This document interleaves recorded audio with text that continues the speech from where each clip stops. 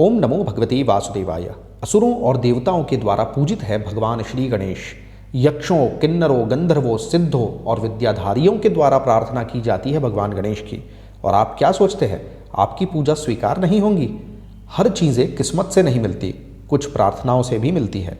आवश्यकता है भाव और एकाग्रता की। भगवान गणपति के श्री गणाष्टक स्तोत्र की फलश्रुति में उल्लेख है कि जो भी व्यक्ति निरंतर इस स्तोत्र का पठन करता है वह शिवलोक की प्राप्ति करता है। पूर्ण विश्वास और एकाग्रता से हर दिन इस स्तोत्र के पाठ करें, परिवर्तन आप स्वयं देखेंगे। कोई संकट सामने दिख रहा हो और उससे बचने का कोई उपाय नजर नहीं आ रहा हो, तब तुरंत गणेश जी की शरण में चले जाना श्रेयस्कर होता है। ऐसे ही गुप्त और रहस्यमय स्तोत्र हम आपके लिए लेकर आते रहते हैं, इसीलिए चैनल को सब्सक्राइब अवश्य कीजिएगा। वीडियो को अंत तक अवश्य देखें और वीडियो के अंत में गणेशाय नमः कमेंट करना न भूलें। आइए सुनते हैं श्री गणपति अष्टकम। अथ श्री गणाष्टकम्। एकदन्तं महाकायं तप्तकाञ्चनसन्निभं लम्बोदरं विशालाक्षं वन्देऽहं गणनायकं मौञ्जीकृष्णाजिनधरं नागयज्ञोपवीतिनं बालेन्दुशकलं मौलौ वन्देऽहं गणनायकं चित्ररत्नविचित्राङ्गं चित्रमालाविभूषितं कामरूपधरं देवं वन्देऽहं गणनायकं मूषकोत्तमम् आरुह्य देवासुरमहाहवे योद्धुकामां महावीर्यं वन्देऽहं गणनायकं गजवक्त्रं सुरश्रेष्ठं कर्णचामरभूषितं पाशाङ्कुशधरं देवं वन्देऽहं गणनायकं यक्षकिन्नरगन्धर्वसिद्धविद्याधरैः सदा स्तूयमानं महाबाहुं वन्देऽहं गणनायकम् अम्बिकाहृदयानन्दं मातृभिः परिवेष्टितं भक्तप्रियं मदोन्मत्तं वन्देऽहं गणनायकं सर्वविघ्नकरं देवं सर्वविघ्नविवर्जितं सर्वसिद्धिप्रदातारं वन्देऽहं गणनायकं गणाष्टकमिदं पुण्यं यः पठेत् सततं नरः सिद्ध्यन्ति सर्वकार्याणि विद्यावान् धनवान् भवेत्। एकदन्तं महाकायं तप्तकाञ्चनसन्निभं लम्बोदरं विशालाक्षं वन्देऽहं गणनायकं मौञ्जीकृष्णाजिनधरं नागयज्ञोपवीतिनं बालेन्दुशकलं मौलौ वन्देऽहं गणनायकं चित्ररत्नविचित्राङ्गं चित्रमालाविभूषितं कामरूपधरं देवं वन्देऽहं गणनायकं मूषकोत्तमम् आरुह्य देवासुरमहाहवे योद्धुकामां महावीर्यं वन्देऽहं गणनायकं गजवक्त्रं सुरश्रेष्ठं कर्णचामरभूषितं पाशाङ्कुशधरं देवं वन्देऽहं गणनायकं यक्षकिन्नरगन्धर्वसिद्धविद्याधरैः सदा स्तूयमानं महाबाहुं वन्देऽहं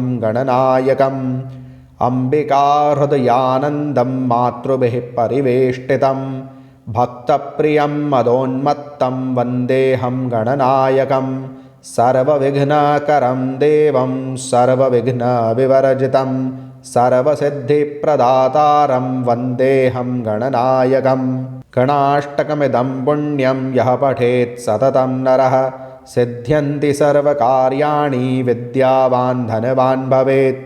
एकदन्तं महाकायं तप्तकाञ्चनसन्निभं लम्बोदरं विशालाक्षं वन्देऽहं गणनायकं मौञ्जीकृष्णाजिनधरं नागयज्ञोपवीतिनं बालेन्दुशकलं मौलौ वन्देऽहं गणनायकं चित्ररत्नविचित्राङ्गं चित्रमालाविभूषितं कामरूपधरं देवं वन्देऽहं गणनायकं मूषकोत्तमम् आरुह्य देवासुरमहाहवे योद्धुकामां महावीर्यं वन्देऽहं गणनायकं गजवक्त्रं सुरश्रेष्ठं कर्णचामरभूषितं पाशाङ्कुशधरं देवं वन्देऽहं गणनायकं यक्षकिन्नरगन्धर्वसिद्धविद्याधरैः सदा स्तूयमानं महाबाहुं वन्देऽहं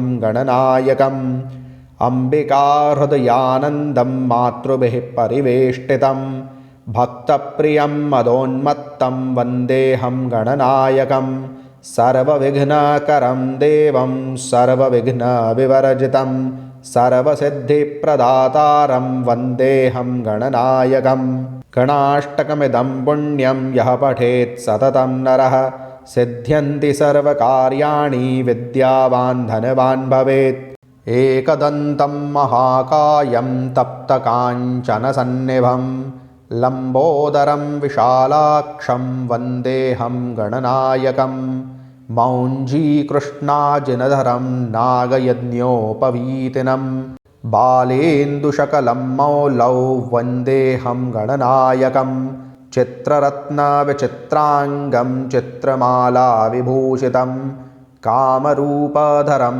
देवं वन्देऽहं गणनायकं मूषकोत्तमम् आरुह्य देवासुरमहाहवे योद्धुकामां महावीर्यं वन्देऽहं गणनायकं गजवक्त्रं सुरश्रेष्ठं कर्णचामरभूषितं पाशाङ्कुशधरं देवं वन्देऽहं गणनायकं यक्षकिन्नरगन्धर्वसिद्धविद्याधरैः सदा स्तूयमानं महाबाहुं वन्देऽहं गणनायकम् अम्बिकाहृदयानन्दं मातृभिः परिवेष्टितं भक्तप्रियं मदोन्मत्तं वन्देऽहं गणनायकं सर्वविघ्नकरं देवं सर्वविघ्नविवर्जितं सर्वसिद्धिप्रदातारं वन्देऽहं गणनायकम् गणाष्टकमिदं पुण्यं यः पठेत् सततं नरः सिद्ध्यन्ति सर्वकार्याणि